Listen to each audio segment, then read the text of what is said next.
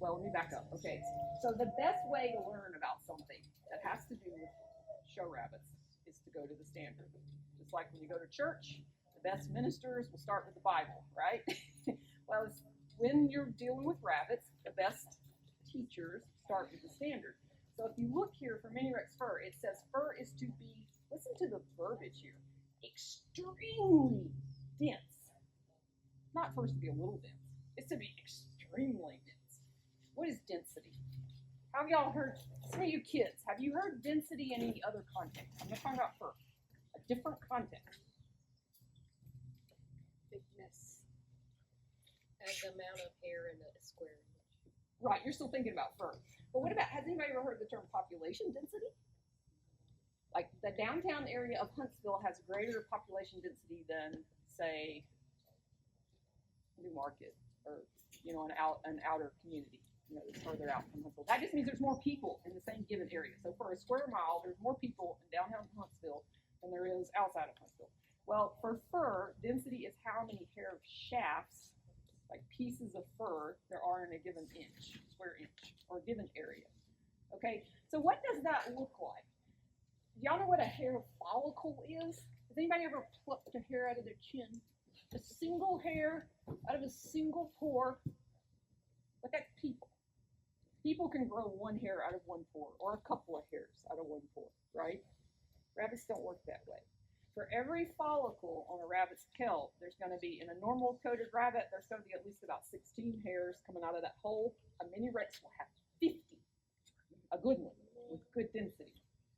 So there's 50 hairs coming out of one follicle, okay? Now, a less dense rabbit will have less than that, and an extremely dense rabbit will have more than that. Now, density is important. It's not everything. I'm going to explain why it's not everything, but it's very important. Because a flat coat or a coat that's thin just doesn't look right, and it doesn't feel right. It just doesn't give the breed what it's known for in terms of its look. But what else does the standard say? It says it needs to be straight. Have you ever seen a wavy coated Rex? I have. Yes. Yeah, they can be wavy. That's bad. Yeah. Usually it's very subtle, but it can be. It has to be straight, upright. This fur should not be lying flat. This fur should be straight up. And if there are 50 pieces of hair coming out of one follicle, that shouldn't be a problem because they don't have anywhere else to go. If there's only 16, they're going to kind of flop one way or the other. But if there's 50, there's no place to flop. Does that make sense? Okay. So if you think about, I'm trying to break it down where you can see like pictures in your mind. It says ideal length of 5/8 inch. There's actually a range that goes from 1/2 inch to 7/8 inch. I have never seen a 7/8 inch rabbit win. Okay, that's just considered too long. That the coat just doesn't have the same luster and glossiness as I would say that the shorter coats tend to be the ones that win. I'm just telling you what I've seen, you know, and I felt winners. I felt the last 3 national winners. You know, I had an opportunity to field them in person, and they were Joe Kim's rabbits, and they had very short coats. It's probably more on the 1/2 inch side.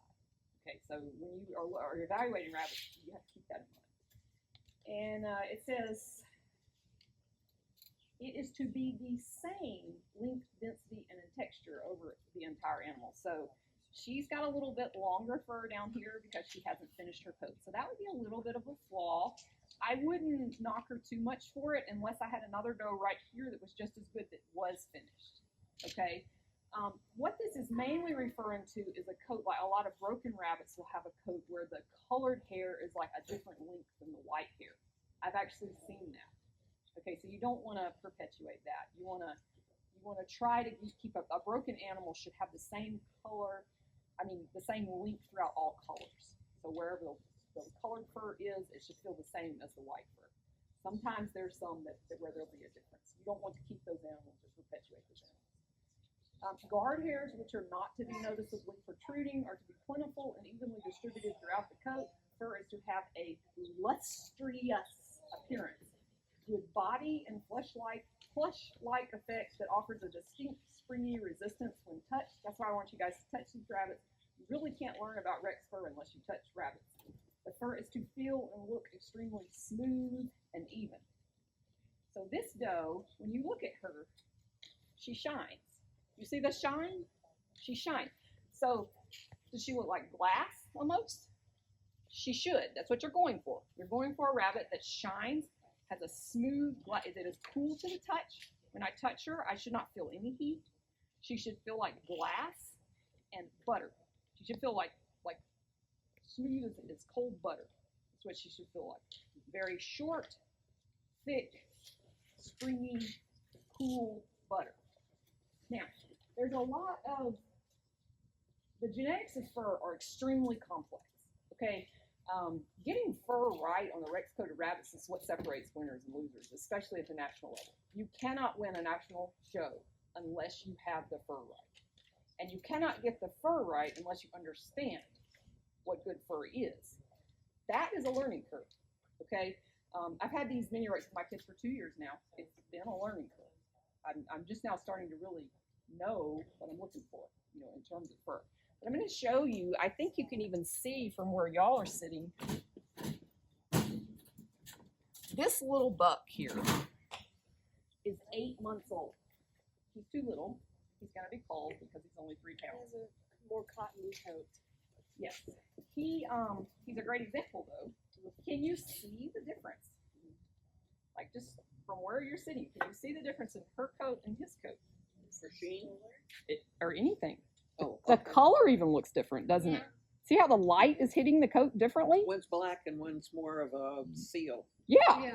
Yeah. The denser they are, the brighter and darker the color. Okay, so the point of me showing you this is that the fur structure affects color. It affects the way the rabbit even looks.